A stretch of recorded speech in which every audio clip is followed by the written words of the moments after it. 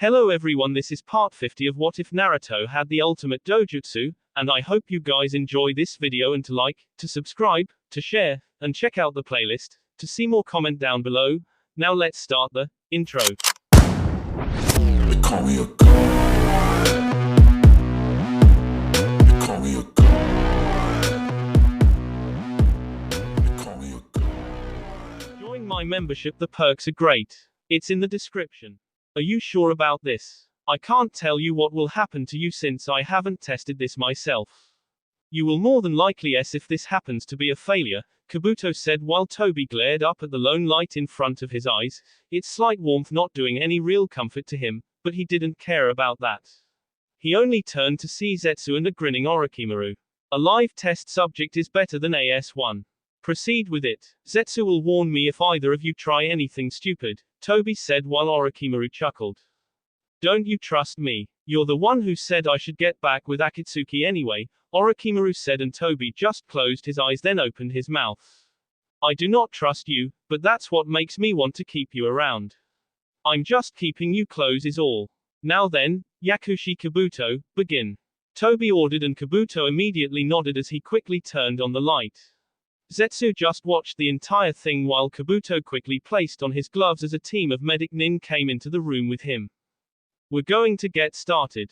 Administer the sedative, Kabuto said as one lone female walked over to a blinking machine and then taking tube placed it near Toby's face. She was ready to remove the mask before Zetsu grabbed her hand much to her surprise. Keep the mask on. Black Zetsu said and the nurse trembled before she gave a nod while Zetsu walked out of the room, but he had white Zetsu clones posted around the entire room in case of anything going wrong with this. You seem to be very cautious. Do you have something to hide?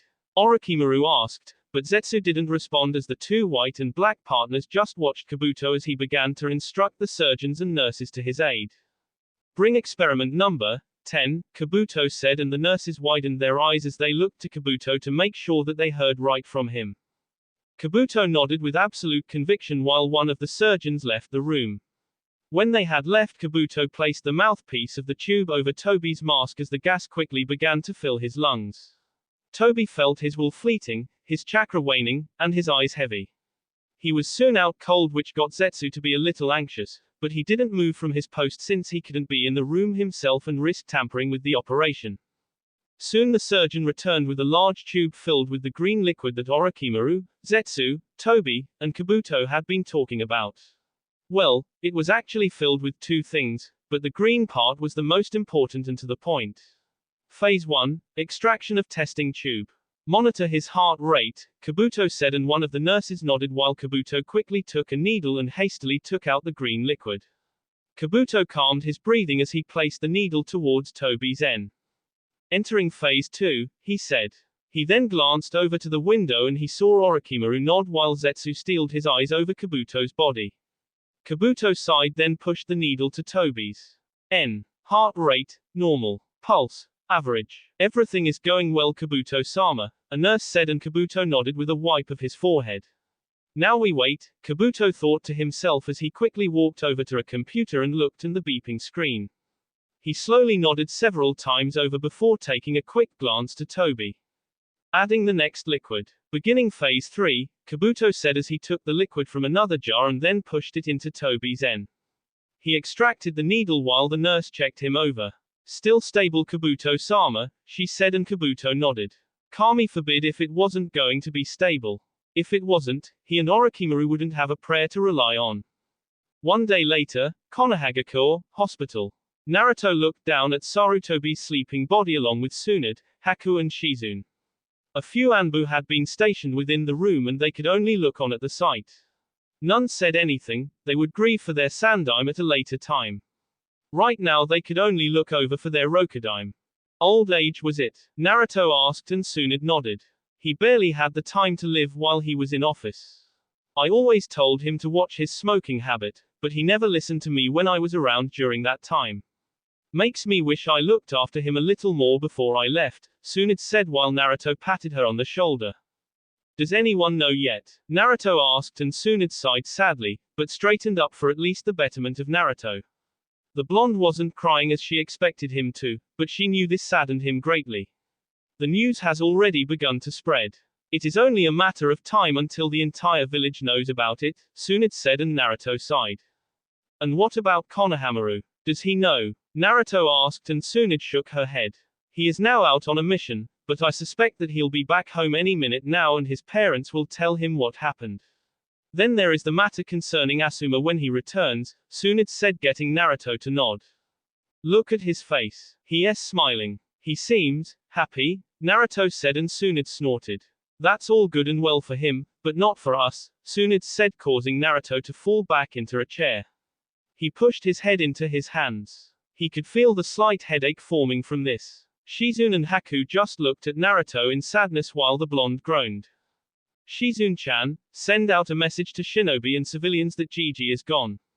I'll host the memorial service to him. We'll do it when Konohamaru and Asuma return, Naruto said, and Shizune just bowed. Hi Hokage-sama, she said as she quickly left. Naruto stood to his feet while Tsunade placed a sheet over Hiruzen's body. She fought back a lone tear that threatened to come down her face and saved it for when she would be by herself. What are you going to do now? Tsunade asked, and Naruto turned back to her. About what? He asked, and Tsunade folded her arms under her bust as she turned her head in Naruto's direction to see him ready to leave. I mean with the advisors. Sarutobi and myself were your 2 advisors, and with him gone you're going to need another one, Tsunade said, and Naruto just sighed as he shook his head. I'll think about it later. I have some more stuff that I need to do, Naruto said as he quickly left. Haku quickly turned back to her master and walked forward. Tsunade-sensei, what would you like for me to do? Haku asked, and Tsunade quickly stepped forward, surprising Haku as she placed her arms on the young woman's shoulders. Go home, Haku. Today was your day off anyway. Just go home. The rest of the medic Nin and myself will finish up with our duties here. Also look after the brat. He might be strong enough to be the Hokage, but he's still 16. Death is not an easy concept for everyone, Tsunade said, and Haku just bowed a slight thank you and then left the room, leaving Tsunade and the Anbu alone. This is all just going to be one big headache, Tsunade said to herself, and she didn't know it, but the Anbu in the room were quivering, signifying their own turmoil, but none said anything. They just kept quiet as always. Meanwhile, Haku followed Naruto out of the hospital as the blonde and brunette made their way home. Naruto didn't feel like teleporting as he just wanted the time to think to himself. Hokage-sama, how are you feeling? Haku asked, opting for the respectful tone since she wasn't sure that the usual affectionate tone would be proper at the moment. Naruto took notice of this and it made him slightly happy that she was being considerate of his feelings as well as his authority. I'm fine, Haku-chan. After I make a quick stop at home I will head over to the Hokage mansion. There are things that need to be done there and I can't put them on hold, but when we do get home I want you to get Kiba. In the things that have happened I had forgotten my news, Naruto said as Haku raised an eyebrow. It's no trouble, Hokage-sama. You're obviously having a rough day. I will get Kiba-san very soon once we get home, Haku said, and Naruto silently thanked her with a nod of his head. The walk back to the very large compound of the UNI wasn't as long a walk as Naruto would have liked to have hoped for as he and Haku opened the door. Once he did, he noticed nearly everyone waiting for him and Haku to return. Haku quickly walked off to go and find Kiba while Naruto sat on the couch.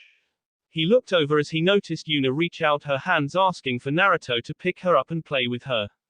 Naruto smiled, but he then noticed Kasumi pick Yuna up. Yuna-chan, 2-chan is very tired. He'll spend time with you later, Kasumi said, and Yuna quickly began to sob before she tried to reach for Naruto a little more aggressively, wanting to spend time with her father. It was impossible for Naruto, Kasumi and the others not to notice this, but they watched as Naruto chuckled softly and quickly took Yuna from Kasumi's arms. It's alright, Kasumi-chan. I always have enough energy to play with my daughter, Naruto said, and Kasumi noticed Yuna quickly calmed down before she cooed in her father's arms. She quickly started to play with his bangs, much to Naruto's amusement and slight irritation. So what's going to happen now? Anko asked. She didn't have any work at the interrogation department, so she had just opted to stay home for the time being. She also just got through with a C rank mission just to pass the time. It had done little to actually have her mood lighten, and fortunately, or unfortunately, depending on one's view, there were no bandits for her to take her frustrations out on, so that just left her annoyed. Naruto, bouncing Yuna up and down while she giggled, replied. We're going to be hosting the funeral as soon as the populace gets notified. It seems that GGS of old age. I don't deny that to be true. But the thing that really got me was that his S with a smile on his face, Naruto said, and everyone looked up. They then heard chuckling as they turned to see Sume snickering to herself. That sounds just like the old man too. No doubt lots of people are going to miss him. He was the longest person to take the Hokage position, Sume said, getting everyone to nod. They then heard footsteps as Naruto turned around to see Kiba and Haku walking down the stairs. Naruto could tell that Kiba hadn't been happy about the news yesterday, but that didn't seem to affect him much. Maybe Naruto needed to have a talk with him or something. Haku said, you needed me too, San. Kiba asked, scratching his cheek while Naruto's eyebrow twitched. He chuckled darkly to himself. It would always take some getting used to, but he would have to put up with it. It made sense on all accounts of paper, so there was no reason on why it couldn't be true. However, that didn't mean that Naruto had to like it. However, out of the corner of Naruto's eye, he noticed Hana scrunch up uncomfortably at Kiba's words, but he left it alone for the moment. Yeah, Kiba, Sume-chan and I still didn't give you and Haku the announcement yesterday. I hadn't planned on the news and the dinner was supposed to be a good thing, I suppose. The reason I wanted to wait for Haku to come home was to congratulate you both, Naruto said, getting Kiba and Haku to raise their eyebrows. Kiba turned to his mother as he saw Sume just give a light grin. It was light because of the day's events, as she couldn't muster up a full-blown one at the moment. This was something everyone did. Ni and Nana just grinned while Kushina, holding her grandson, Yutara, smiled. Kanari just chuckled as Momiji looked around the room. Fu and Yugito smiled slightly as Kiba spoke. Congratulate us. What did we do? Kiba asked, and Haku was equally just as confused, so Naruto decided not to beat around the bush. Kiba, Haku, after much discussion of your mission records and your experiences, Sume-chan and I have personally recommended you to, and Hana-chan, for the Jonin exams, Naruto said as Kiba and Haku widened their eyes. Fu and Yugito turned to Hana, who was indeed surprised. Everyone waited in silence for their reactions, and Kiba was the first. Seriously? Tu-san and Ka-chan recommended us for the Jonin exams? Kiba asked excitedly, jumping to his feet. Naruto nodded simply and Kiba grinned. Alright, that's awesome. Kiba said, sort of forgetting the events, but no one blamed him. He deserved to have his own happiness, and good news usually drowned out bad to put people in better mood, so Naruto hoped that worked. What have I done that allows me to be qualified to take a Jonin exam? I'm still inexperienced, Haku said, and Naruto turned his head. I read Nana-chan's report. Apparently she thinks that you're coming along very well from what she can see. Add that to the amount of training time that you've put in with the clan and with Bar-chan, then I believe that you are capable of this, Naruto said, and Haku just smiled while she rubbed her eyes. But why am I taking them? I never thought to become a Jonin, Hana said defensively before she noticed Sume take a step forward. Because I believe that it's time for you to begin to earn new responsibilities, Hana. You have been a Chunin for 6 or 7 years now. I know you feel better handled of your veterinary duties as a medic nin, but you need to take more care to your training if you are going to be out in the field. There may come a time where you will be the only one alive, and the only thing to keep you alive will be your skills and your pups, Sume said firmly while Hana looked down to see the Heimaru brothers sleeping on the floor. Hana wanted to argue that in quite a few different ways, but she knew that she hadn't been training as hard as she could have. She had joined in on the scheduled training sessions that Genra gave to the UNI under Naruto and Sume's instructions, as a few UNI members had taken to Fuinjutsu practice with Fu and were trying to find ways to incorporate that into the Ninken combinations. Hana also knew that Sume and Naruto were looking out for her in terms of her experiences. Hana had a very good record of field missions outside the village, but them only being C's, B's, and the occasional A rank was leaving her a little waning in her regards. Well, Sume-chan, let's not pressure Hana-chan into it. We believe that the experience is necessary for you, Hana-chan, but it's like Sume-chan says. I need you to take up more responsibilities. I know you run the vet, but I could use you in other places. Is that okay? Naruto asked, and Hana glanced to him. Hi Naruto-kun, Hana said as she walked off through the halls. Tayuya and Kimimaro glanced to each other before shrugging. What's her deal? Tayuya asked rhetorically. No one answered her as Naruto turned around. Kasumi-chan, Kanari-chan, I'll take the twins and Yuna-chan today. I could use a little company at the office, Naruto said as Kyubi looked up. Very well. I could use the little break I get. Thank you Naruto-kun, Kyubi said as Kushina and Kyubi handed Naruto the three.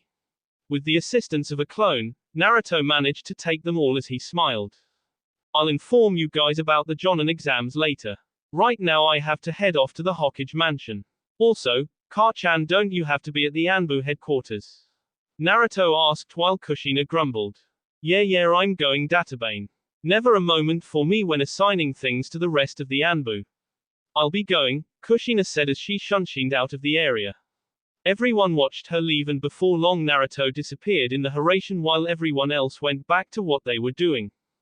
Hokage Mansion. Naruto and his clone dropped to the ground while Yuna, Yutara, and Momiji giggled in excitement. It had actually been Yuna's second time being teleported, but the first time she was too scared and crying to remember it to be fun. It wasn't something that she was going to be blamed for. The clone quickly placed Momiji on the table before it saluted Naruto and then quickly left in a puff of smoke.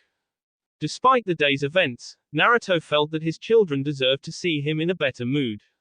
For one, he didn't want them crying, disturbing others from their work, and moreover he just didn't want to seem sad. Such things wouldn't look right on his kids given how cheery, for lack of a better term, him and Kasumi were. Well, you're all with your dad today. Now 2-chan has a lot of work to do today. Yuna, will you watch your little brother and sister? Naruto asked, not expecting Yuna to actually respond to that. Yuna just giggled as Naruto placed a mat down on the floor and quickly summoned up some toys for the three of them.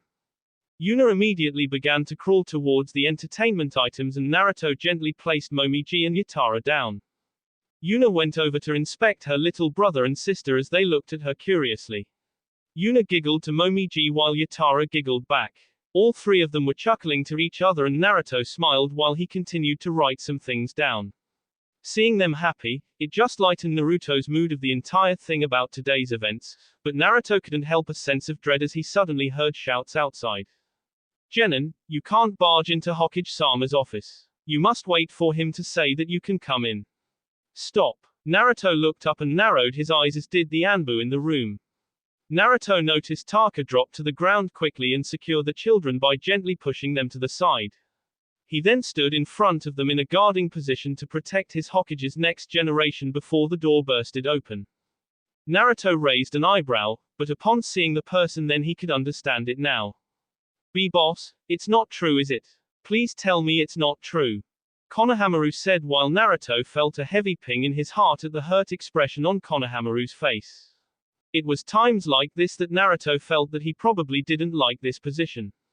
He knew of the responsibilities that came with it, of course, but he also knew that it had been his duty to see to the stabilities of all his shinobi. He knew that no one, not even himself, Kyubi, Nibi, or Nanabi were immune to death. Well, Kyubi, Nibi and Nanabi were possibly immune, but when Naruto thought about things then he still wondered if it was true. But he diverged from the current problem. He then heard more scuffling as Ebisu, Mogi, Udon, and the secretary, came running into the room. Konohamaru, what are you doing? Show respect for the Hokage. Ebisu scolded while Mogi and Udon frowned. Konohamaru growled out his frustrations while the secretary bowed. Forgive me Hokage-sama, I tried to stop him, but I couldn't since he surprised me by running through the door, she said and Naruto just nodded slightly. He turned back and he saw Taka still guarding the three children with absolute conviction and devotion intending on taking down any threat that came to them or Naruto and the blonde smiled at such a thing. It's fine Kotome-san. You may return to your duties. I'll handle everything else here, Naruto said and the secretary bowed before she closed the door and left with just a sigh of relief. Taka, take the children outside the door for me and keep them till this is over, will you? Naruto asked and Taka bowed. As you wish Hokage-sama, Taka said and with the help of Hebi, picked up the children as both Anbu, much to Mogi and Udon's surprise, opened and closed the door. Naruto could still feel their chakra outside the room as they leaned against the wall. He found it slightly interesting that Momiji and Yutara weren't frightened by their presence or that Yuna seemed to be trying to play with Taka's mask which seemed to getting the Anbu to smile only slightly, beneath said mask, before he gave her a makeshift mask from his pouch to play with. Seeing that everything was fine, Naruto turned back to his current problem. So it seems you heard Konohamaru. Yeah, Gigi is gone, Naruto, while Konohamaru widened his eyes. Ebisu looked down sadly while Mogi and Udon looked at Konohamaru in sympathy. Tears instantly stained his eyes while Konohamaru balled his fists. His funeral will be sometime next week. I'll inform Asuma when he returns, Naruto said while Konohamaru sniffled. The blonde then heard another knock on the door and groaned. Come in, Naruto said, and he noticed Kotome looking at him. Hokage-sama, Shikamaru-san, Ino-san, and Chuji-san have returned along with Izumo-san and Kotetsu-san. They asked that you come to the front gate, Kotome said, and Naruto frowned at her tone. Something told him that he was going to like it. I'll be right back, Naruto said as he quickly walked out of the door. We'll keep them safe, Hokage-sama, Taka and Hebi said to Naruto while the blonde nodded, knowing that his children would be safe with the Anbu. He quickly left the Hokage mansion and then walked through the streets. He fell to his strides quickly and he was happy that it stopped raining, but he noticed that the clouds were still very much gray. It wasn't normally something he liked. Naruto appeared in front of the gates as he noticed Shikamaru looking down sadly. Ino sniffled while Chuji just looked all around lost. Naruto looked down on the ground and the sight made him quiver as he balled his fists at seeing the sight of Asuma with his eyes closed.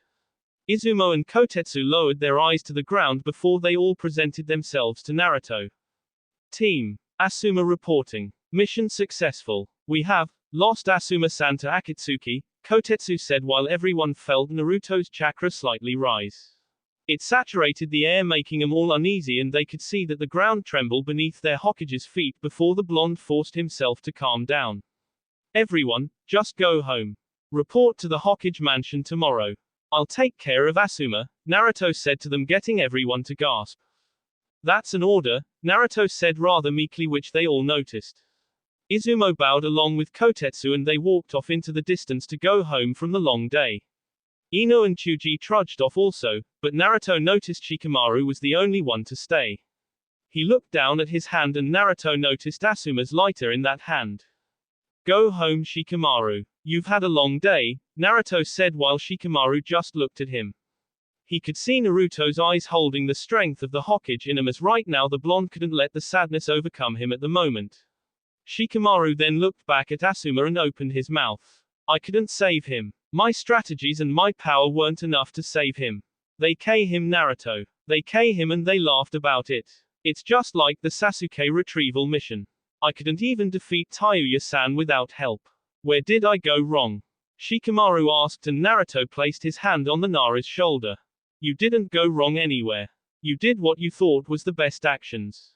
Don't blame yourself for that. Look, you're tired. Like I said, just worry about telling me what happened tomorrow, Naruto said as he walked past Shikamaru and knelt to take Asuma's body. Shikamaru shivered, but he could tell that as Naruto walked away he was trembling with each footstep. Naru, Hokage-sama, did something else happen? Shikamaru asked and Naruto suddenly stopped. He turned his head slightly and Shikamaru noticed, from the side of his face, that a lone tear fell down.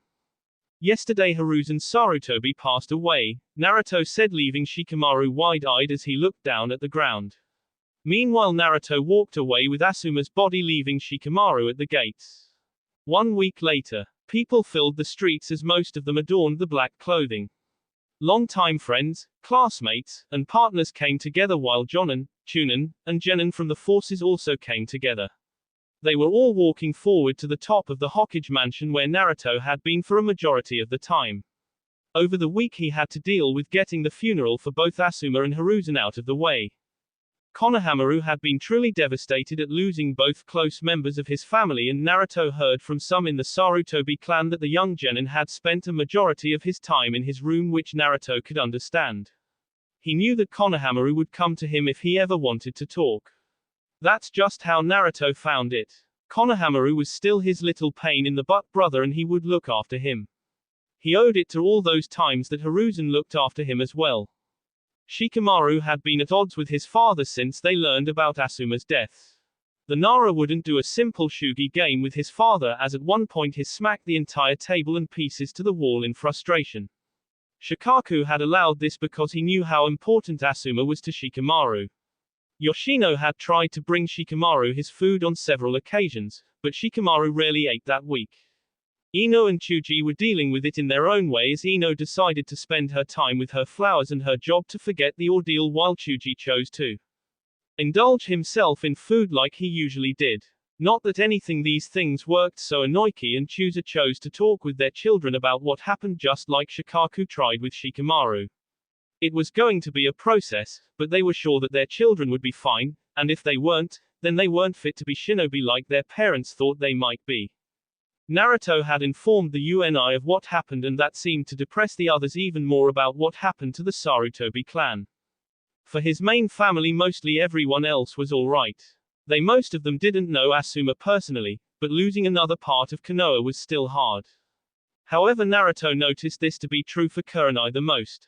Anko and Yugao took the time to comfort her since Kurenai, at one point, had indeed been interested in Asuma and she knew that Asuma was the same about her until she made her decision in Naruto. Even so, Kurenai and Asuma were very good friends and know that he wouldn't be around really saddened her. Naruto had offered himself to her for a talk if Kurenai wanted him around, but Kurenai always seemed to just smile and say she was fine.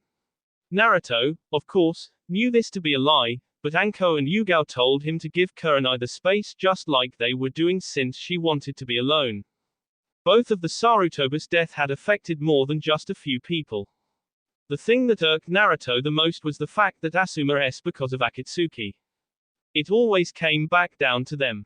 Maybe Naruto had been too lax with what was going on. He knew that he couldn't, or rather wouldn't be able to deal with them all by himself, and he was still more than pissed off at Madara Uchiha for what he had done, as he had informed Suna, Kiri, Kumo and Iwa, yes even Iwa, about what happened. Kumo took that information to consideration while Suna believed it. Kiri was adamant to hopefully prove it wrong, but Iwa was disbelieving of the matter. Whether this was from their hatred of Minato, and by connection Naruto, or from them just not believing it, Naruto wasn't sure, but to him none of that truly mattered at the moment. No, not now. All appeared with Tsunade and Jiraiya by Asuma and Hiruzen's graves. Naruto delayed Yugao, Sasuke and Tenzo's mission to Kiri, and he sent Mei a messenger bird on why, which she had acknowledged. She could wait a few days if need be. It was an open casket funeral as pictures adorned both of the graves while Naruto quickly stepped forward. I wish I could say something, anything comforting to everyone right now. I want to let everyone know that it will be alright, but I can't. Hiruzen Sarutobi was my Gigi. He was reason I got into the Hokage position. Life without him is unimaginable. He loved this village dearly and each person in it was like an extended part of his family. We all knew the kindness that our Sandaime held for us all. He was the greatest influence in my life, as I'm sure he was in everyone else's. He always talked with me about the wall of fire. How it burns in all of us. Naruto's voice resonated through the crowds of people. Asuma Sarutobi, he was once one of my teacher. Well, he didn't teach me anything, but he was a teacher, so he was Asuma Sensei to me, Naruto said before taking a short pause. His death, like those of others, was unexpected. I can't even begin to tell you how angry I am at the fact that one of my shinobi lost their lives. I know this is the profession that we all live in and S is the closest thing to us, but it doesn't make it any better. Asuma Sensei was also a believer in the wall of fire. It is inside all of us and it's the heart of the village. Many may believe that these two will be forgotten, but we will never forget them, for they hold their places within our hearts and we carry on the dreams and their wishes. Times such as these are when our village must stand tall, or at least that's what Ero Sennin tells me, Naruto said, and he, unknowingly, got a few chuckles out of the crowd of people since he just tried to lighten the mood a little. Jiraiya snarled while Tsunade chuckled slightly, but didn't respond to anything. Naruto quickly said a few more words to the crowds that he memorized for the people, and then he, Tsunade, and Jiraiya watched as people began to place flowers on each of their coffins before they walked back to their homes. It wasn't a very long service, but it was a very quiet one, and Naruto knew that Konohamaru, out of everyone, would have the most troubling time adjusting to a life without his grandfather and his uncle. However, Naruto saw Mogi and Udon with him and smiled slightly. Good friends were always hard to come by, and Naruto was happy that Konohamaru had them. He knew the young Sarutobi would bounce back. He was just like him in his younger days after all. With the service ending and the Anbu carefully placing Asuma and Sarutobi into the ground for their eternal sleep, Naruto went back to his office as he sat in his chair. He looked over some doents that needed to be signed and quickly began to do them, until he heard a knock on the door. Naruto didn't answer, but he looked forward as he noticed the door with Kurenai carrying some papers. "Here is the doents for you, Hokage-sama," Kurenai said, and Naruto just nodded as Kurenai slowly placed the papers to the table. "Thank you, Kurenai," Naruto said, and Kurenai looked up in slight surprise of the lack of the chan suffix as Naruto continued to write some notes. "Naruto-kun, can we talk?" Kurenai asked, and Naruto twitched. "Can we do it later?" Naruto asked, slightly trembling, and Kurenai frowned as she closed the door. She couldn't feel the presence of the Anbu in the room and just assumed that they had left to their own agenda currently. "Naruto-kun, please, look at me," Kurenai said, and Naruto shifted slightly before Kurenai heard him sigh. She looked down at the papers Naruto was signing and she noted the small water droplets staining the doents. Naruto rubbed his eyes and looked up at Kurenai while the Genjutsu mistress widened her eyes. "Oh, Naruto," Kurenai said as she brought him into a hug that shocked the blonde, but for him it was more than welcome at the moment as Naruto closed his eyes while the tears ran down the sides of his face. Naruto couldn't see it, mostly because his eyes were closed, yes, but he could feel Kurenai trembling in his arms. Hideout. Toby opened his eyes as he stared at a dark ceiling with a rotating fan blade and a lone light to offer him comfort. He heard a series of beeps and found his arm strapped to a life support machine as well as 2 seals on each of his arms. He glanced to them before he turned his head to see Zetsu staring at him. "You're awake. That's quite a surprise considering what you've been through," Black Zetsu said while Toby frowned. He held up his hand and realized that his mask was still on his face. He turned back to Zetsu and both white and black parts nodded. "They never removed your mask. We made sure of that," Black Zetsu notified while Toby glared at the wall. "I do not feel any different. How long have I been in this bed?" Toby asked, and it was White Zetsu's turn to speak. And speak he did. "You've been out for at least a week or so. There were times where Kabuto Yakushi actually had to check on you since you showed signs of heart failure and cell degeneration, but you seem to be well enough. Just a few hours ago he came in and found you in stable conditions, informing us that the operation was a success," White Zetsu said while Toby leaned up from the bed. He looked at his body and nothing was out of place. He was just as normal as he had been when he went to sleep for the operation. He didn't know if he could be this trusting of Orochimaru to actually not mess with him in some form of way, but he ignored it for the time being. "Very well. We'll continue as planned," Toby said, getting Zetsu to nod in agreement with him, but then Toby noticed Zetsu get to his feet. "Are you able to walk?" White Zetsu asked, and Toby attempted to, but his body felt surprisingly stiff and strained at the moment. It was a struggle just to actually turn his head. "Not for the moment. I'll move later," Toby replied, and Zetsu just acknowledged it by sitting back down in his chair. Neither said anything, and they didn't have to since their attention had been to a knock on the door that had just came, causing the door to open, revealing Kabuto to them both. "Ah, Toby-san, I see you have woken from your sleep. You startled us a lot from how we assumed you wouldn't wake up in the week." Toby frowned when he heard that while Kabuto just tried to give the best non-threatening smile that he could, though Toby could sort of feel some of the malice and disappointment in Kabuto's voice, which clearly spoke to him and said that he hadn't wanted Toby to survive the operation. "Where is Orochimaru?" Toby asked with a dangerous glare at the Snake Sanon's right-hand man, and Kabuto scratched his cheek. "Orochimaru-sama is currently looking over the results and waiting for the time in which you will awaken. He seems quite interesting in the results of your operation. How are you feeling?" Kabuto asked, and Toby muttered something underneath his breath and mask while turning towards Zetsu. "Go and retrieve Orochimaru," Toby ordered, and Zetsu, without so much as a word, slid into the ground, disappearing and erasing his chakra signature from Toby and Kabuto, leaving the hidden Akatsuki leader and the right hand of Orochimaru in the same room. The silence was abundant within the room as Kabuto continued to just do some of his work and write on his notepad. Toby just looked at the ceiling, and neither was truly in the mood to talk about anything, or at least Toby wasn't. He never truly wanted to associate himself with characters such as Orochimaru and Kabuto, but Toby would be stupid if he said that he wasn't intrigued by Orochimaru's research. Well, maybe intrigues wasn't the right word for it. If he had to say something about it, then he would say that it was a type of research that he never particularly understood and sought to correct that part of himself if he could. The sound, or lack thereof, of pen writing on paper snapped Toby from his thoughts as he turned to see Kabuto checking his pulse. He would rarely, and he meant rarely, let anyone touch him without his consent. As it stood, only 3 people had touched him when he didn't want them to. Minato Namikaze, Sato Saranzo, and Naruto Uzumaki Namikaze. Of course that last one was merely a fault on his part since it was an experience that he had gone through before, but due to overconfidence in how similar the fight between him and Naruto was. As compared to him and Minato, then he drew the conclusion that Naruto would jump to his earth sword and not the lightning sword that he threw at Toby's feet, and it was that fault that really cost him the control of the ruby that he wanted. He was sure that he could try a second attempt, but Toby also knew that since that time that Kasumi would more than likely be more protected by Naruto, especially when Toby and the rest of Akatsuki had learned of Iwa's failed attempt at making a K of the ruby, Kasumi and Yuna. If they had been successful, then Toby actually would have had a much easier time in getting Kasumi, since Iwa's standards for protecting its own military strength, aka its Jinchuriki, was the worst protection.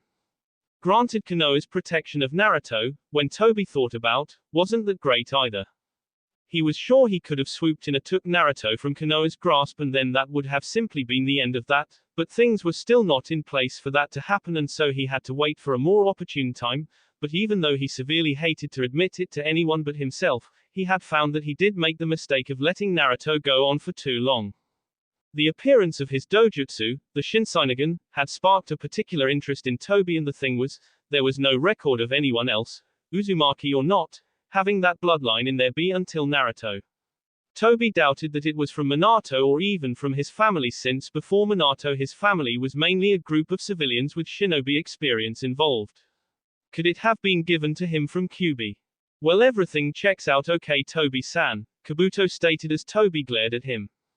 He didn't answer to the statement as he looked at the ceiling, but he then twitched as he suddenly felt something wrong. He noticed Kabuto place his hand to his en as blue chakra covered the medic nin's fingers. It's so easy. The once great Uchiha Madara, K by Kabuto Yakushi because he let his guard down, Kabuto said as his fingers slowly crept for Toby's en. Kabuto gave a small, malicious, wide grin across his face. Toby's chakra suddenly flared before he glared at Kabuto, and suddenly Kabuto flinched as he backed away from Toby in surprise. He then began to cough. He felt his life fleeting away as he grabbed his tea and dropped to the ground. He felt himself out of breath while he looked up to see Toby's Sharingan glaring down on him menacingly. What is that thing? Kabuto thought to himself as he dropped his notepad to the floor, and Kabuto could feel the sting of death over his person before he fell back and hit the door while slumping down. Don't underestimate me, Yakushi Kabuto. Your life is easy to burn out of existence when I wish. Never forget that, Toby said dangerously as he noticed the door open. He saw Orochimaru and Zetsu come back, and the 2 Akatsuki members looked down to see Kabuto shivering almost uncontrollably. Zetsu narrowed his eyes while Orochimaru frowned. The snake Sannin raised an eyebrow, but he chalked it up to Kabuto getting into some mess that he shouldn't have and decided to disconnect those thoughts for another time. Kabuto, leave us, Orochimaru said, and Kabuto quickly tried to straighten himself up as his breathing returned to normal. He slowly nodded and quickly excused himself from the room in a hasty leave and s of the door. Something happened? Orochimaru asked, and Toby snorted. HMPH, just teaching others about learning their place, Toby said while Orochimaru snickered to himself. So that's what it was all about, was it? For shame, Kabuto, for shame. Well then, I'll just tell you that Hiden-san and Kakazu-san are within Konoha territory, and they're on their way to the Nibi Jinchuriki. Especially since we've had to push a little more aggressively in this matter. Also, interestingly enough, it seems that Kakazu-san has managed to end the life of Asuma Sarutobi in battle. Amazing though, it also happened just 2 days before Sarutobi-sensei's death, Orochimaru stated, getting Zetsu to raise an eyebrow. The Sandaime Hokage has passed away. Shame, I wonder how he tastes, White Zetsu said while Black Zetsu grimaced. However, once they're there we can't have Naruto-kun interfering. Do you have any type of ideas? Orochimaru asked, and Toby narrowed his eyes at the wall in front of him. I will take care of the Hokage while that happens. Just be sure that the Nibi Jinchuriki will be ready for extraction, Toby said through a rough voice that seemingly told Orochimaru and Zetsu everything that they probably needed to know. I look forward to seeing what you can do, Orochimaru said with a smile of his face as he turned around and walked out of the room, leaving Zetsu and Toby alone. Are you sure about this? Zetsu asked, and Toby nodded. It will be done then, Zetsu said as he quickly sank into the ground, leaving Toby alone. He sighed to himself before slumping back down to his bed, ready to embrace the nightmares that continued to plague him ever since he started this mission. Konohagakure, one day later. And you're sure that's what you heard? Naruto asked with Kyuubi by his side, or sitting on a couch playing with her children, while Izumo and Kotetsu nodded earnestly. Hi Hokage-sama, it was brief, but Izumo was able to hear what they were talking about just as we continued to leave. We have no idea of when they will try to come to Konoha, but we heard that they have a target here in Konoha.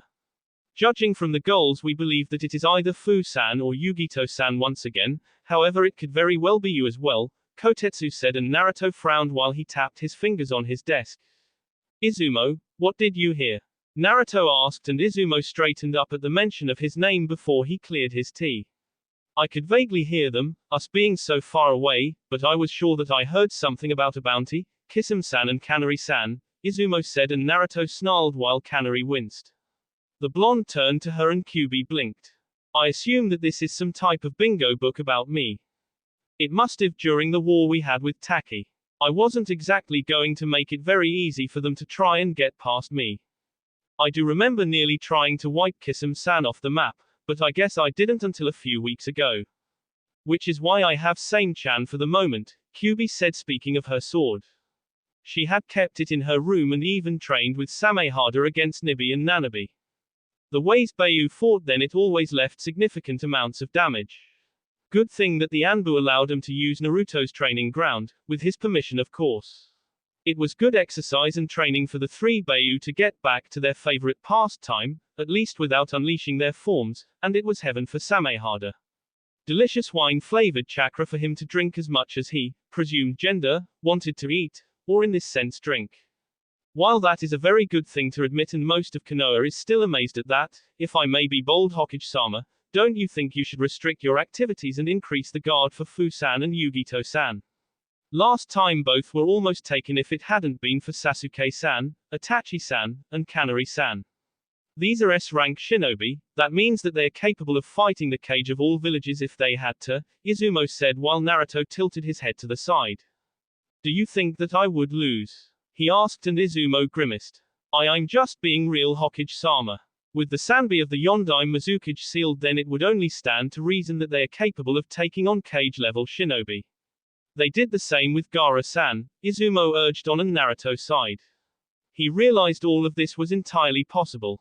I suppose that is true, isn't it? Naruto said to himself. Alright, I'll think of something. Dismissed, Naruto said as Izumo and Kotetsu saluted and then walked out of the door while Naruto leaned back against his chair. So what do you think? Naruto asked mentally. Well, considering the fact that even if they did take you, Fu-san or Yugito-san to try to seal us into that statue, that it wouldn't work since we're free of you, well, technically speaking. I suppose just like me, Nanabi and Nibi are still attached to Fu and Yugito through their individual seals. Then if you guys S, then we S. We can't have that happen, can we? Kyuubi asked in thoughts as well. Both still shared their thoughts through the seal since the Anbu were in the room. No need for Naruto to explain this if he didn't have to. So, what? Are you going to try and go out to deal with them yourself? It appears Kakazu-san is after you for your bounty, Naruto said while Kyuubi shuffled slightly to lean back into her chair. She watched as Momiji and Yatara crawled along the floor before looking back. Well, I suppose I can't just let them go after them. I could deal with them myself if you prefer, Kyuubi answered, and Naruto turned to her with a slight glare that told her he did in fact mind that. Kyuubi just looked at him before chuckling to herself before folding her arms. Well, it's not like I don't understand how dangerous they are. I underestimated how crafty humans are, which is why I was sealed in you in the first place, Kyuubi answered while Naruto sighed to himself. He then felt something at his leg and looked down to see Momiji gently pulling on his pants with her hands. Naruto quickly picked her up while Momiji's hand roamed Naruto's face, memorizing it as the one who loved her very much and the safety that came with it. I suppose so. But Reiga, Fukun, Sira, Yugisa and Tyron warned me that since they saw Sato that he's more than likely with them as well. You saying how strong he is, then I can only imagine, Naruto answered while Kyuubi frowned, remembering Nanabe's own experiences with Sato during the Sanbi mission. If I do see him, then I promise I'll contact you for help. I don't know what might happen, but I do think it would be better if we had Nibi and Nanabe to help us out. I don't know how a battle like that would turn out, to be honest. I'm sorry, Kyuubi apologized. Naruto glanced to her before he looked down as he noticed Momiji scrunch up her small body into her father and closed her eyes. He looked over and noticed Yutara crawling between his mother's legs like a cat, or fox. He then looked down as he saw Momiji sleep. Naruto picked up his Hokage robes and wrapped them over Momiji's form for a blanket. It's alright, I guess. I'll just make you see that I'm just as strong as anyone that you'll ever face. Can't have my Bayu doubting my skills since she trained me herself, Naruto said, and Kyuubi stiffened. Doubting his skills? Is that what she was doing? Is that how Naruto pictured it? She wondered what made him think that. Do you think that I could beat Sato right now? Naruto asked, and Kyuubi closed her eyes. No, she said, and Naruto didn't even widen his eyes to that information. He just took it and nodded. Kyuubi could see that she had dealt him a blow to his pride about his abilities, and in response she cupped his cheeks. Naruto-kun, I'm not saying that you aren't strong. Far from it, but it took all of us, Bayu and the Rikido Sennin himself. You're nowhere near as strong as he was. Even with those 5 swords I still can't help but worry. Yutara's been alive a lot longer than you have, and he has more than enough experience to back it up. In all truth, he's older than even we are, Kyuubi said, and Naruto gasped. Kyuubi opened her eyes slightly and looked down at the floor. Now there was one thing that she had felt only 2 other times. The first was sort of when she met Naruto, the second time was with her hiding her pregnancy, and now it was this. Guilt. Kyuubi could say that she was strong. She could say that she was the strongest being on this earth. Okay, fine, second strongest if she counted Sato considering her chakra, but she also took into account Naruto's own chakra. When he was young, Naruto already had chakra twice that of his teacher, Kyuubi remembered, and it was enough to rival the late Sandaime Hokage, but because of her training process Naruto was a cage-level shinobi, based on his chakra alone. If she factored in her own chakra that he and she were still sharing together, then it could be said that Naruto had more chakra than the previous 5 Hokage of Konoha combined. But such things weren't enough. Kyuubi had been there, Naruto had not. He had not seen the complete destruction that Sato was capable of with the Raijin. He hadn't seen her father fight to nearly his death trying to keep the balance, all the while separating the Juubi. Kyuubi knew what she was hiding from Naruto. She was sure that she would have to tell him eventually, but she didn't think she could. How could she? What was stopping her from telling him? That's it. It had to be herself. What was wrong with her? Naruto, Kyuubi paused as the door knocked. Naruto barely registered Kyuubi's voice before he turned to the door. Come in, Naruto said, and he quickly noticed Shikaku in his field of vision. The clan head of the Naris looked between Naruto and Kanari. He could tell some type of conversation had gone on, but whatever he wanted to comment on was lost as he gave a light smile at Yutara being picked up by Kanari with a small smile. He also gave a light smile when he saw Momiji sleeping in Naruto's lap. Am I disturbing your work, Hokage-sama? Shikaku asked, chuckling slightly while Naruto raised an eyebrow. He looked down and looked at what Shikaku was staring at before snorting. Very funny, Shikaku-san. What is it? Naruto asked, continuing in the signing of doents before he felt Shikaku's eyes narrow in front of him. Asuma's death has affected Shikamaru as far as I know. He stays in his room mostly and I'm beginning to worry about him, Shikaku said, and Naruto raised an eyebrow. Never thought my Jonin commander would be stumped, Naruto said while Shikaku rubbed the back of his head. That's not it, Hokage-sama. I just know that he is going to leave the village for revenge. I know his thoughts and he thinks that he can hide it from me, but he can't. I know this, Shikaku said, and Naruto frowned. Shikamaru was a very dear friend to the blonde, and for him to leave was nothing short of unacceptable. So you want me to talk with him about it? Naruto asked, and Shikaku sighed. I don't think that this can be talked about with him. Shikamaru is still young. He has yet to come full force with the way of death, and I believe that he will grow with it as he gets older, but right now he is a young man and he can make his own decisions, but I can't stand idly by and just watch this as a parent. I ask that you find some way to help him, Shikaku said, and Naruto raised an eyebrow. He was ready to try something before he heard a clear T. I think I might have an idea that would make us all happy, Kanari said, getting Shikaku and Naruto to glance to each other before looking back to Kyubi, who had a clever grin on her face. Women were troublesome. Northern mountains. Find Nura and bring him to me immediately. Nari's voice thundered to the shivering warriors before they all bowed and quickly scattered off. Nari quickly sat back in her seat and placed one leg over the other. It seems that she had been in the right about worrying about Nura. He was obsessed with Sato and Nari couldn't overlook this, but she never thought that one of her best authorities would leave. It pained Nari's heart to actually have to do this, as she was always a glass half full kind of deity. She liked to look at the positives, but this was just a downpour on her day. Nura, how could you do this to us? To me, Nari thought to herself. Meanwhile, Nura trudged across the frozen tundra of the mountains as he made his way down. He looked back to where the place of paradise was situated before closing his eyes. Forgive me, Kami-sama. I don't know what you'll do to me as punishment, but I will accept it wholeheartedly after I finish my business, Nura said, as the only thing he had taken with him was the clothes he was wearing and his sword, the same sword that had been granted to him by his father. Nura then noticed the white light around him slowly began to disperse. It was no surprise either, what he was doing wasn't ordained by his master, so naturally he would be losing his deity qualities. However, Nura knew one thing. Even without most of them, he could still have trained for the others. He was still a celestial dragon lord. He could still fight with his original power source and would never have to learn to wield chakra like humans had to. He knew what he was risking, but he couldn't stand idly by. He could feel the many signatures scattering over the world to find him and bring him back, and Nura winced when he thought about actually facing them all. As the light around Nura began to disperse, his hair came into view of being black-colored. His clothes lost their whitish glow as he continued to walk away. For the first time he shivered from the cold as the ice storm blew fiercely in his way. He shook his head before he came to a small bridge. He noticed it connecting this landscape and another. On that other was the human realm. Once he crossed that, there was no turning back for him, or anyone else. Nura trudged on through the snowy fields before he quickly turned his head. He took out his sword and noticed two figures appear behind him. The first one clashed their sword with his as Nura felt the ground break apart. He quickly backflipped away and landed at the center of the bridge while the two figures came into view. We haven't known you for very long. You are going to become a criminal if you go. Nura looked up and he could see the one of the figures was female and the other was male.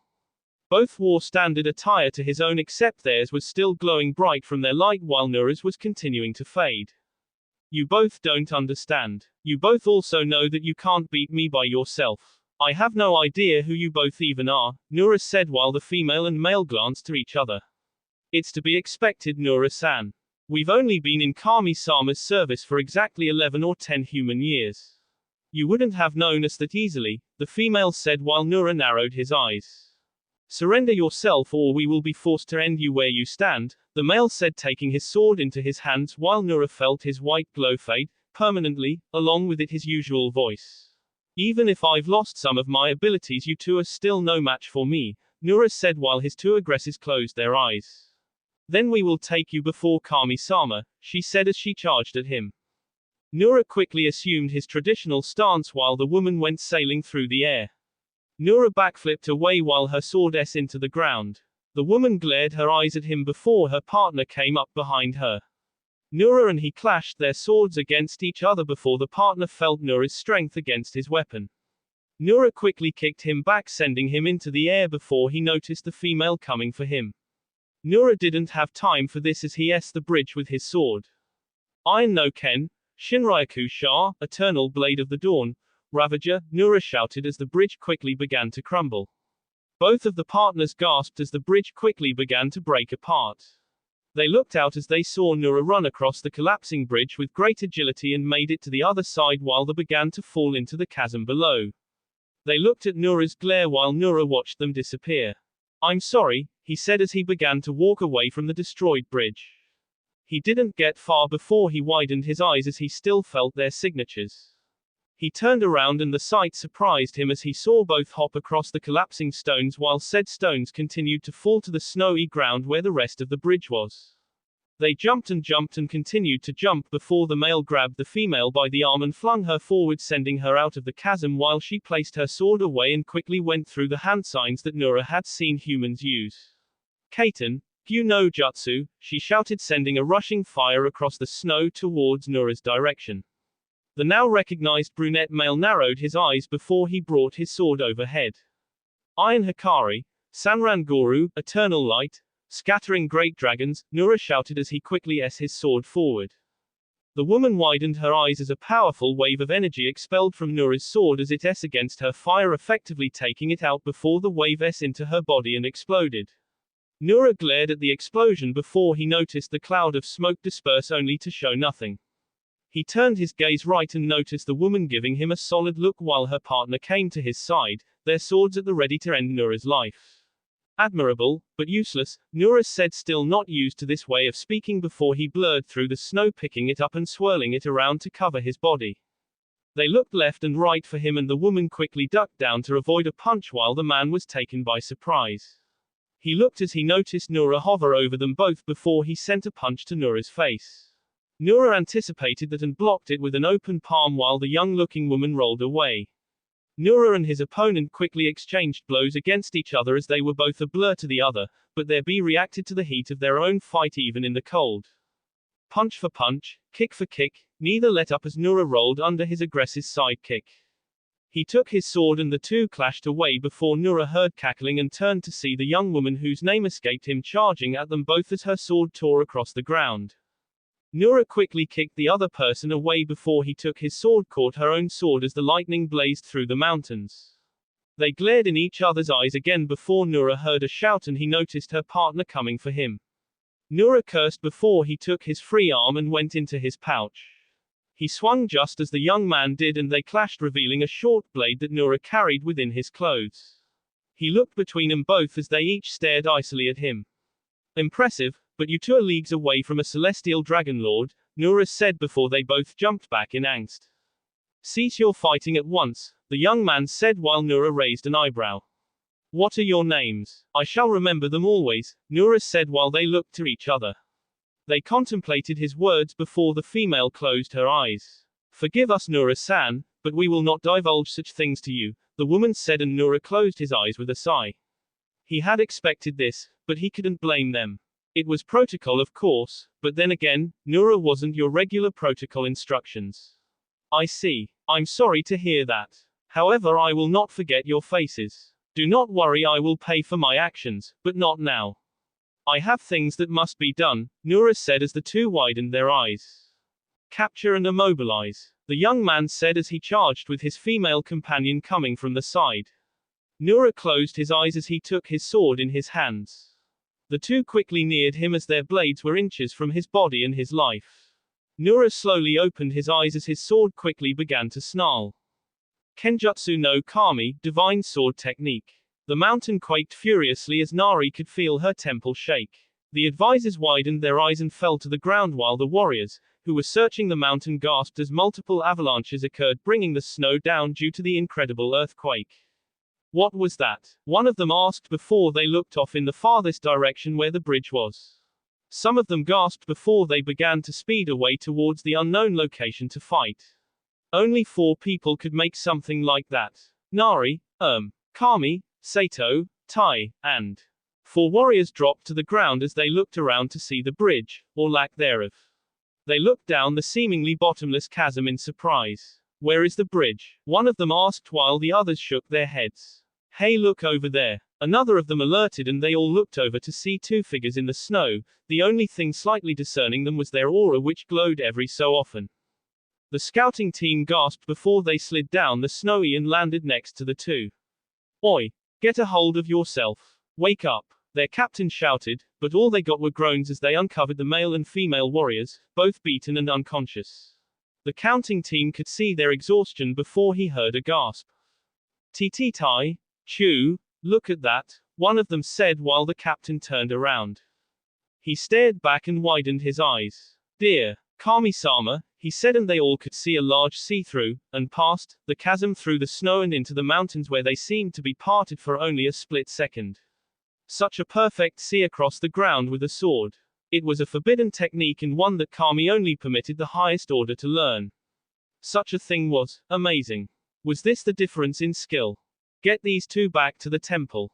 Inform Kami-sama at once. He shouted his orders and the men snapped out of their stupor before they collected their brother and sister in arms, then flew off while the captain looked back.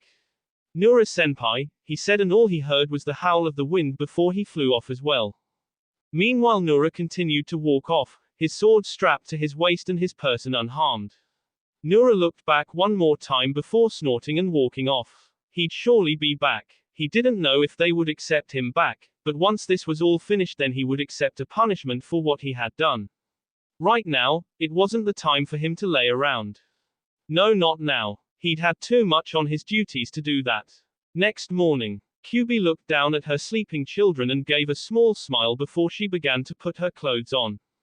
She opted for her regular fiery, red kimono, but underneath that were all the supposed shinobi essentials, even the mesh armor. Though Kyubi never bothered with such trivialities, she had told him, and Kyubi found that she really didn't have to think about it that way, but she chose to anyway. She just quickly took Naruto's words to note and decided to appease him since she was literally going to fight the ones who wanted to capture her.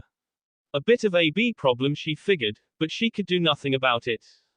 Kyubi turned her head as she noticed Samehada leaning against the wall. Kyubi smiled as she picked up the blade and heard it growl and click in its weird animal language. Time to go, Same-chan. We're about to see how an immortal person's chakra tastes, Kyubi said as she quickly strapped Samehada to her back. Samehada clicked in acknowledgement while Kyubi spun on her heel and walked up to the cradle. She bent over and Kayutara and Momiji on their heads. Ka-san is going you too. Don't worry, she promises that she won't be gone for too long, Kyubi said as she quickly straightened up and walked out of her room. She then proceeded to exit the house and hop across the trees, leaving the compound behind. Meanwhile, at the front gates, Shikamaru, Ino and Chuji nodded to each other while Shikamaru turned around. Let's get going. We're going to revenge Asuma-san, Shikamaru said, and they agreed as they quickly walked towards the gates. It's a good thing I found the three of you in time. Team Asuma gasped and turned around to see Kakashi standing behind them with his standard look as usual. Shikamaru sucked his teeth while Ino and Chuji looked sheepishly. Is this really the way to handle it? Once you pass those gates, I'm required by law to capture the three of you and bring you before Hokage-sama for leaving. Do you think that's what Asuma would want? Kakashi asked, and they all sighed sadly as they dropped their bags. Don't be selfish. Konohamaru is dealing with the same thing as you three. You're not the only ones affected by Asuma's death, Kakashi said with a stern look that made the others shrink under his gaze. However, we're the only ones who actually plan on doing something about it, Shikamaru said while Kakashi frowned. There is a time and place for everything. Who you are going for aren't your standard shinobi.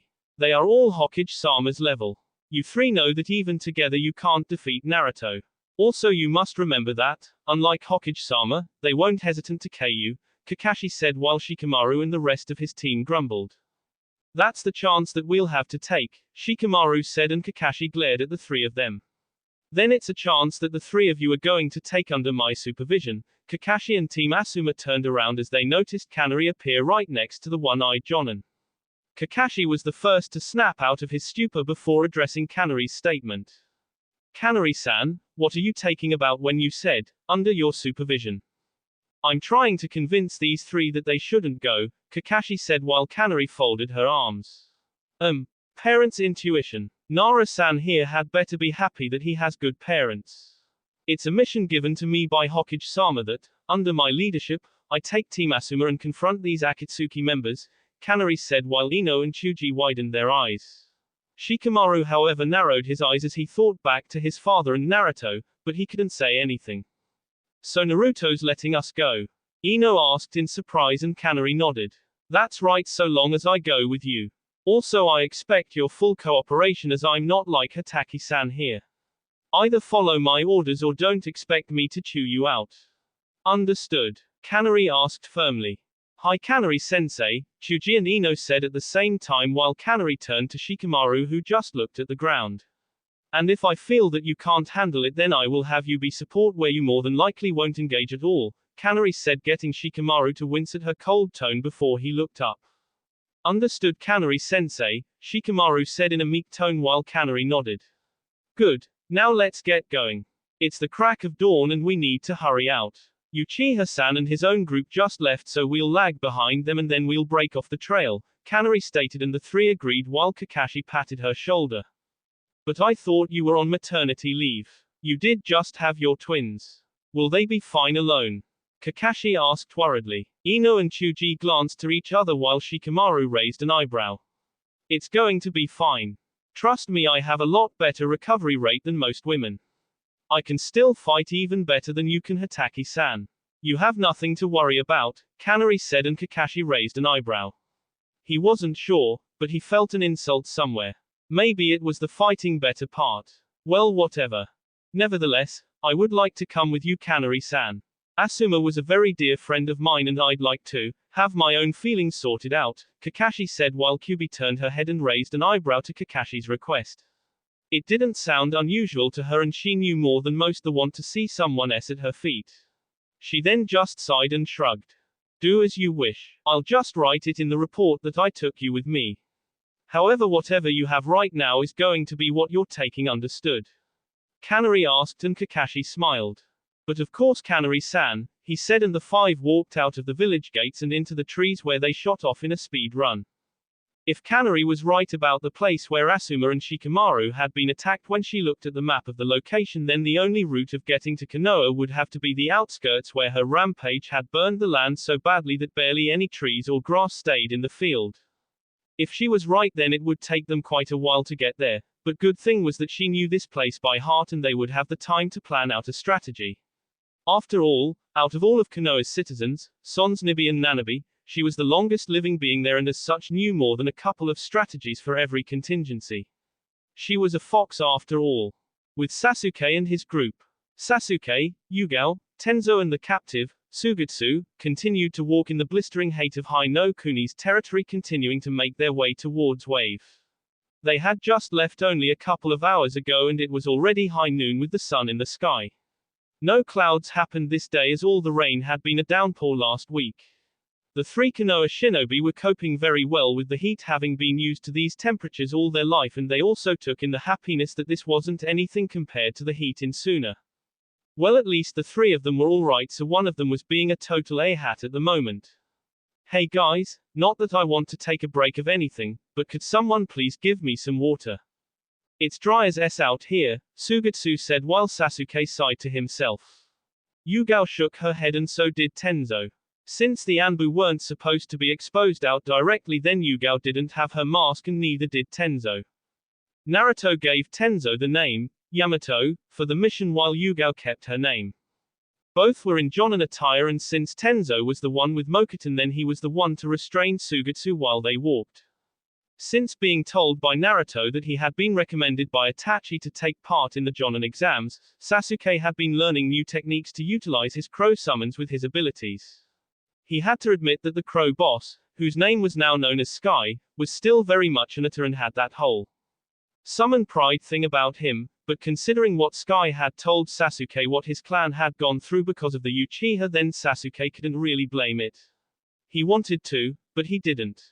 That didn't mean that Sasuke liked it.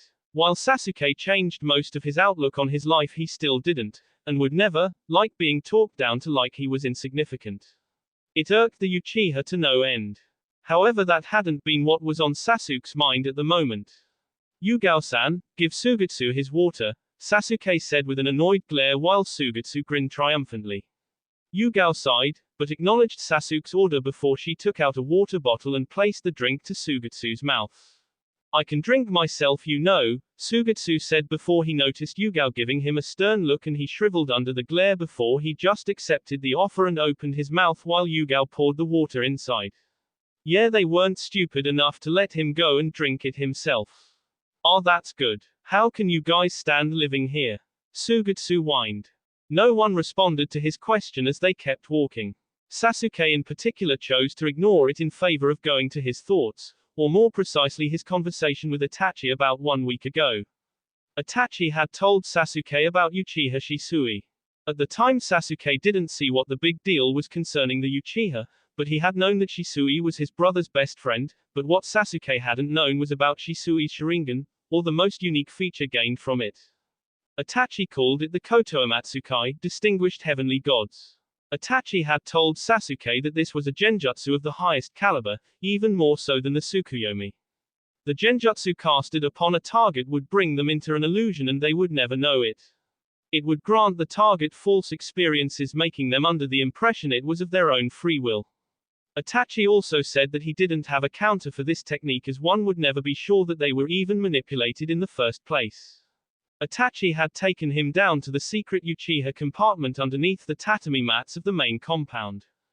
Sasuke had been there before, but being there with Itachi was rather strange, as the older Uchiha had told Sasuke that Uchiha Shisui foresaw the coup planned by the Uchiha, and he also told Sasuke that his eyes were sought after. Danzo and one, and that made Sasuke's bee boil, but he also remembered that Danzo was K 2 years ago by Hiruzen's Anbu, while Homura and Koharu had been K by Kushina. Why? Sasuke wasn't informed, and at the time he hardly gave a damn, but knowing Danzo was their sort made him happy. Itachi also told Sasuke about his entire plan, which had been wasted since Naruto convinced them both. Itachi had stood before Sasuke and summoned a crow. In this crow's eye socket was the other eye of Uchiha Shisui. Sasuke looked at it while the crow blinked. Itachi had told him that it was a fail-safe for anything having to do with them. Sasuke had asked Itachi why he was telling him this, while Itachi had looked at Sasuke with one of the fiercest gazes he could ever have in this life. Itachi told Sasuke that something was coming, he didn't know what, and he was sure that Sasuke didn't know either, but Itachi told him that when they needed this eye that they would have to use it. Sasuke-san, Yugao said, causing Sasuke to blink before he turned around. What is it? Sasuke asked, and Yugao quickly tossed him a scroll. Hokage-sama told me to give this to you. Things that you will need to learn for the Jonin exams as well as your qualifications for the. Yugao turned to Sugetsu, who had been listening with a grin on his face. Yugao sighed and shook her head. For your position, Yugao said, and Sugetsu pouted and gave a short huff while Sasuke unfolds said scroll and trailed along its lines. Alright, I appreciate it. Let's just get him to Kirin, then we can continue with our business, Sasuke said, getting Yamato and Yugao to nod in agreement as they quickened their pace, but they all had the next 3 days, so it wouldn't really matter if they hurried now, would it? But still, punctuality and all that were still things to be considered. Forest of Hai no Kuni. The sounds of clattering could be heard as a young woman trudged through the forest. She smiled as she heard the birds singing in the air and the wind blowing across her hair. She smiled as she lifted her eyes to the warm sun. On her back was a pack filled with things that she had taken from her previous residency. Her open-toed sandals walked through the forest before she took out a bottle of water and drank from it. She sighed blissfully and placed it away. She wore black open-fingered gloves along with a light red sleeveless shirt and black shorts. Her long thighs showed an immense amount of training or running.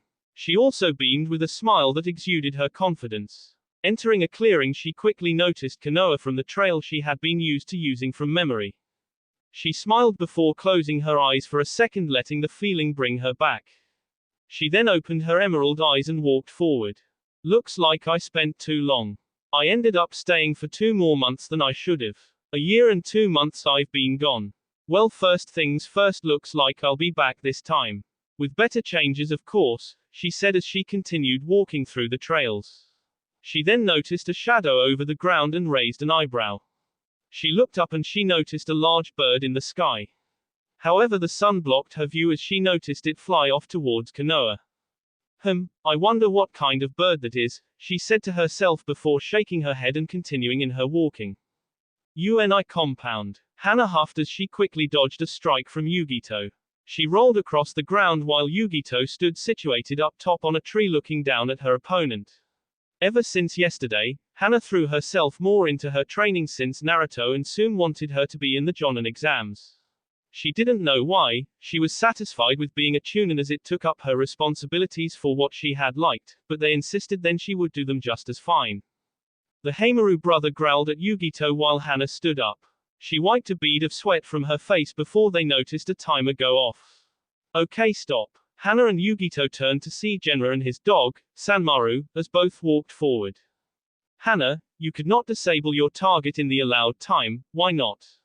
Genra asked and Hana sighed. She never liked her uncle. Always the stickler when it came to training the youngest Uzumaki Namikaze Inuzuka. Including Kasumi and Kanari's birth, then it was at least 10 new arrivals to the Uzumaki Namikaze Inuzuka compound, and that didn't even include the pups that Hana had helped to deliver. No doubt Genra would be training them as well. I don't know, Hana said rather pullily while Genra sighed. He rubbed his temples before both noticed Yugito swing from her tree branch and into the ground, landing just like a cat. She really scared me with some of her combinations, but I don't think Hana-san has the field experience that she had as a genin, Yugito replied, and Genra gave a slow nod. That may very well be it. However, Hana, you must be more alert. You have made several errors that will make Naruto-sama, Shikaku-san, Genma-san, and the Anbu deduct points from your overall score. You must take this seriously, Genra said while Hana looked at the ground. She just gave a slow nod of her head while Genra sighed. Well, it's not like she has to pass. I'm sure Naruto-kun and Tsum-sama are just wanting to see that her potential isn't wasted if she comes to regret her choices in life later. After all, the level of jonin isn't for everyone, Yugito surmised. Genra could indeed nod to that. However, she will need to step up her game if I might be bold. Of course I can't really say since she was just using her taijutsu and not any ninjutsu. What do you suggest? Yugito asked Hana, and the firstborn Tsum looked up from the ground. I admit that I probably could have done a lot better. So I think I'll work over the taijutsu and my stealth. Maybe a ninjutsu here and there. Is that all right? Hana asked and Genra nodded. Yes, that fits perfectly with what we plan to help you with, Genra said while Hana looked around. I don't see Kiba anywhere. Where is his treatment? She asked, short of breath while Genra folded his arms. You have no need to worry about him. He is currently under the supervision of Anko-san, Genra said, and Hana grimaced. She didn't need to know what her friend was going to do to her little brother, but damn if he wasn't going to be changed when she was finished with him. Hana snickered slightly at that, getting a glare from Genra. I wouldn't laugh, Hana. You know very well how strict I can be, and we're going to catch you up in this month for the jonin exams to a point where Tsum won't have reason to worry about her daughter's capabilities, Genra said, and Hana sweet-dropped while Yugito snickered. Hana glared at her before huffing. Don't you have fuinjutsu training or barrier maintenance, Yugito-san? Hana asked while Yugito smiled. Nope. Today is my day off, and since I'll be going out on a mission tomorrow, then what better way would you think I would like to spend the day than train with my apparent family? Yugito asked as Hana and Genra could see the dark, malicious aura around her telling them that she was less than pleased. Besides, Fu and Naruto are busy. Fu just managed to find a handful of new workers for the fuinjutsu department, and she is currently giving them all a rundown on fuinjutsu before they even think about making applications for it. Naruto-kun's the Hokage, so there isn't much I can do at the moment. But I guess I can practice what I've learned while I help you guys train. It's the least I can do, Yugito said with a calming smile that seemed to sate everyone else. That was, until they all felt a heavy source of power come over the compound. Hana shivered and Genra allowed a bead of sweat to fall from his face. Yugito shuddered as they all turned towards the direction of the source. What is that? Hana asked. It's coming from Kasumi-sama. Is she in trouble again? Genra asked while Sanmaru and the Heimaru brothers growled. Yugito, Hana, follow me. We're going, Genra said as he quickly ran off with Sanmaru right behind him. Yugito ran off also, and so did Hana and the Heimaru brothers. Dashing through the trees and landed on a lone branch. They all looked out before they noticed what Kasumi was doing, and all sighed in relief of what they saw her doing. I see you have discovered Kasumi-sama. Do not worry. We are looking after her, Kimimaro said, and they looked down to see the bone user with Yuna in his arms sleeping soundly while Tayuya and Kasumi continued in their spar, but they noticed Kasumi raging with white flames that covered her body. She's training to use the ruby. So that's what we felt, Genra said in slight shock while Kimimaro nodded. Hana groaned and Yugito just chuckled while she shook her head. Kasumi rolled away from Tayuya while the redhead grinned. Come on, doggy girl. Keep up with this, Tayuya shouted as Kasumi jumped away from three giants that Tayuya summoned with her flute. Kasumi snarled before she quickly channeled Tsukasa's fire into her fist. She gave a feral grin before she dashed off. One of the giants swung its club at her before Kasumi quickly jumped over and continued sailing through the air. Tayuya and the giants looked up as Kasumi came swirling down. "OF," Tayuya muttered as she jumped back along with her giants as Kasumi the ground breaking it while the front of it exploded in a wall of white fire that began to burn the grassy field around her. Tayuya landed back in slight shock while Kasumi smiled. It seems that I'll need more practice with this. I didn't cause as much damage as I wanted," Kasumi said in realization, which Tayuya paled. "One step at a time, Kasumi-san. However, we're going to have to keep this pace," Tsukasa said, and Kasumi agreed. She quickly dropped to all fours, which got Tayuya to raise an eyebrow. Soon her hair turned white from the top of her long hair to the very tip of her tail. Her claws grew and so did her canines as her tail began to thrash around. Quickly the fire sprang from her back and quickly manifested 2 wings while Kasumi smiled. "I'll come at you seriously now, Tayuya-san," Kasumi said with a pleasant smile that hid the intent she was trying to give. "Let's see you try it," Tayuya said while Kasumi grinned. She quickly jumped back while her hand, once again, blazed in white fire. It turns out that while Kasumi didn't have much in the way of chakra and yuki, she still had what Tsukasa only termed it, the source. With it, provided Tsukasa helped her, Kasumi could do any shinobi things that she wanted, though she stuck mostly to taijutsu. She was just learning to use ninjutsu other than that one cage bunshin that she could make. Kasumi quickly shot through the giants as they swung their weapons at her. She slid under one and jumped over the head of another. Kasumi landed on the last one's head before Tayuya noticed the fire on Kasumi's arm vanish and then make itself apparent in her leg. Tayuya gasped while Kasumi twirled towards the ground. "Sutenkyaku," Kasumi shouted and bashed her heel against the ground, causing it to explode in white fire while Tayuya landed back safely in the trees. She panted and rubbed her cheek while Kasumi gave a small smile. "Damn it, Kasumi, just try and K me, why don't you?" Tayuya hollered while Kasumi quickly took her leg up off the ground and smiled. "Forgive me, Tayuya-san. I got carried away," Kasumi said, smiling innocently with a face that only she could give while Tayuya snorted. "I got carried away," she says. "My F if she's right," Tayuya grumbled while she dismissed her giants and Kasumi's hair returned to normal. "You're going to be insane when you fine-tune that," Tayuya said while Kasumi smiled widely and closed her eyes. She gave a dark chuckle while Tayuya inched away. "Tayuya-san, please no foul language around my baby. Failure to comply with that demand will result in extreme punishment," Kasumi said sweetly. Tayuya quickly took another foot away from Kasumi just based off principle and folded her arms. "Whatever," she said, no whispered. She didn't see what the big deal was. "But why do you like to use your legs so much? Don't you know how to throw a punch?" Tayuya asked while Kasumi smiled.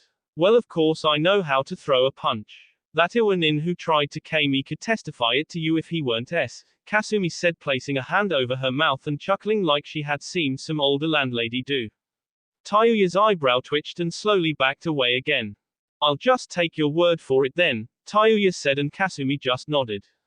"Besides, my legs are stronger than my arms. Also, since I'll be returning to active duty tomorrow, then I thought it best to catch up what I lost," Kasumi said while Tayuya just absently nodded her head.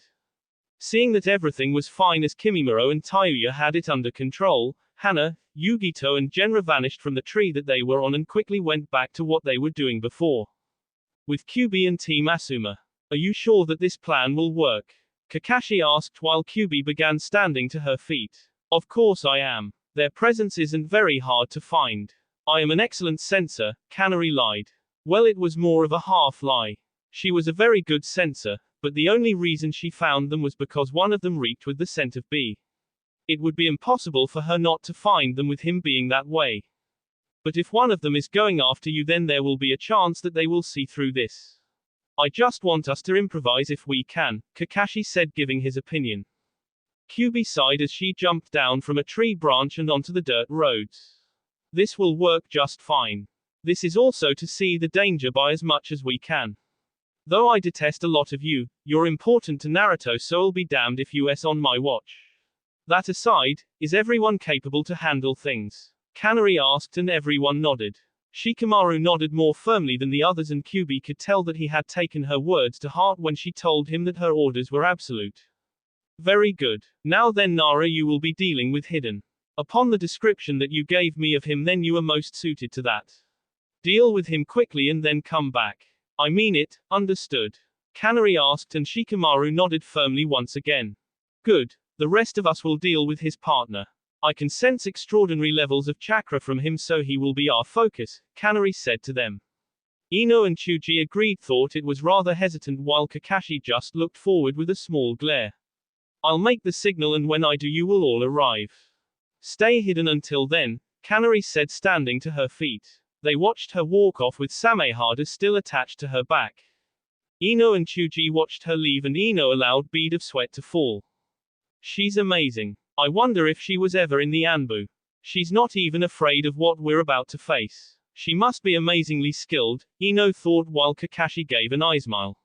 Well, she was a division commander doing the short Konoha Taki war. She's definitely got the skills to back things up, Kakashi said with an eye smile. Ino and Chuji just gave slight nods while Shikamaru looked down.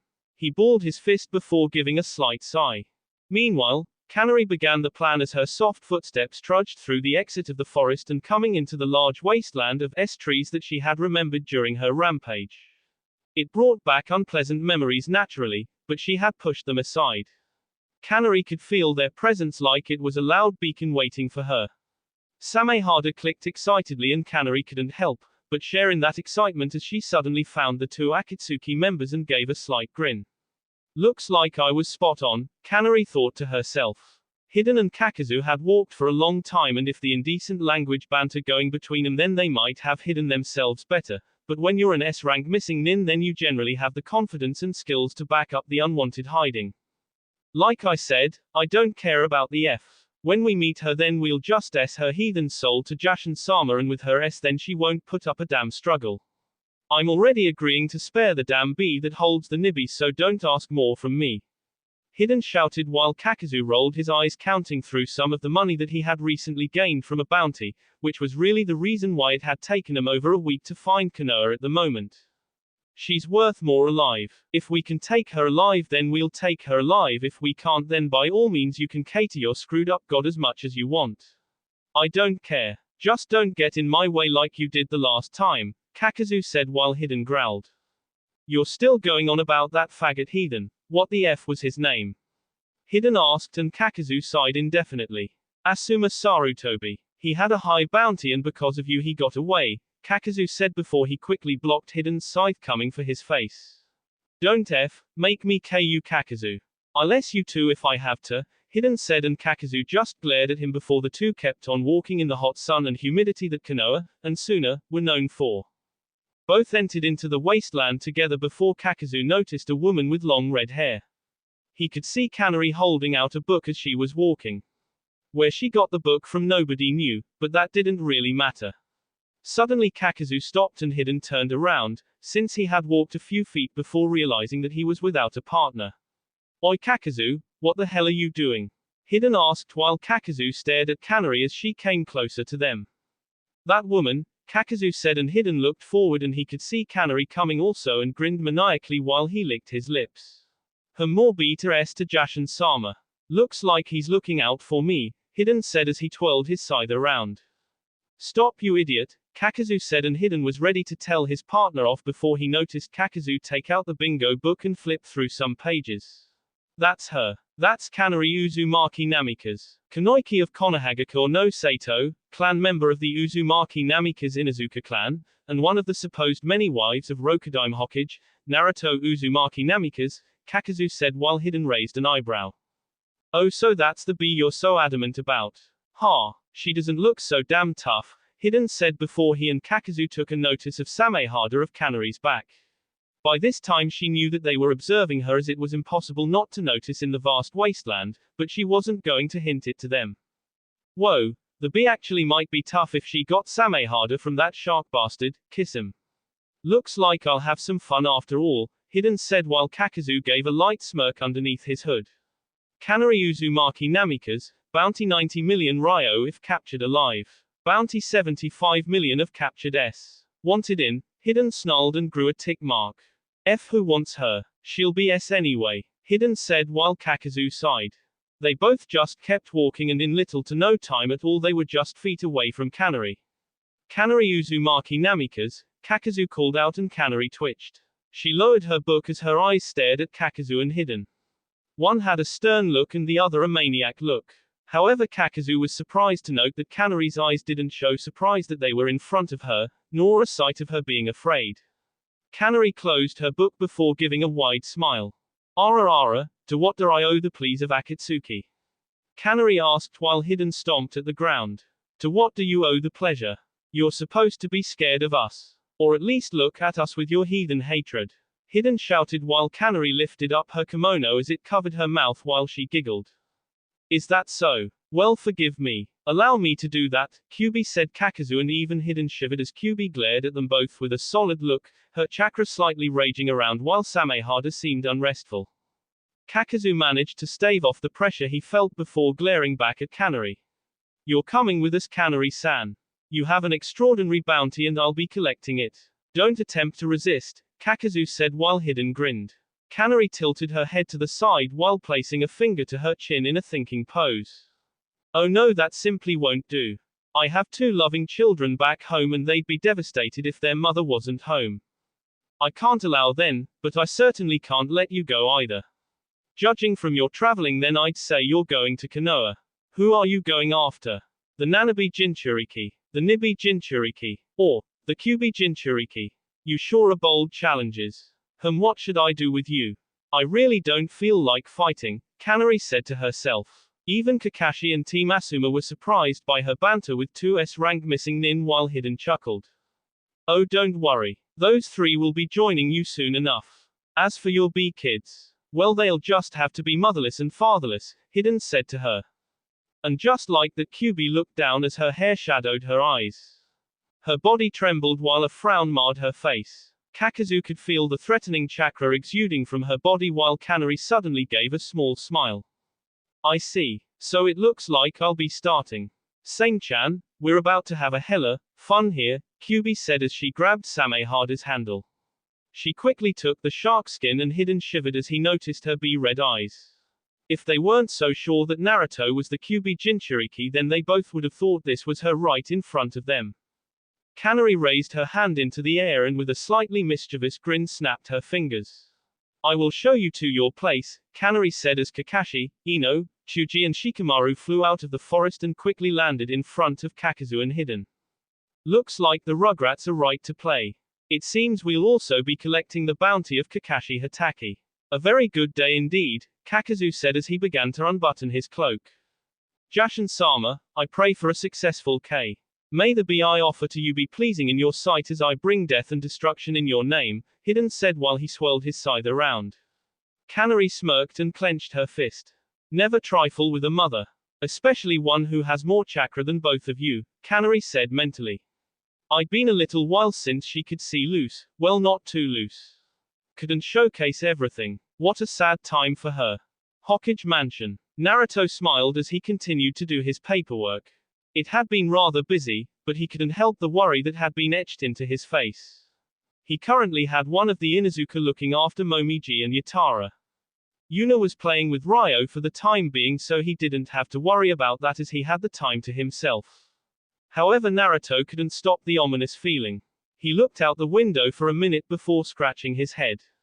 Am I worrying too much? Naruto wondered to himself. He shook his head with a slight chuckle on his face. He couldn't help his worry as he felt that maybe he had a reason to be. Technically, the plan that Kanari gave him, Naruto had tried to refute on different levels, but let it be known that Kyubi was stubborn, just like Nanabi told him. She told him why she was the only one who could do the mission and how maternity leave wasn't necessary for her, which she had just found out days ago.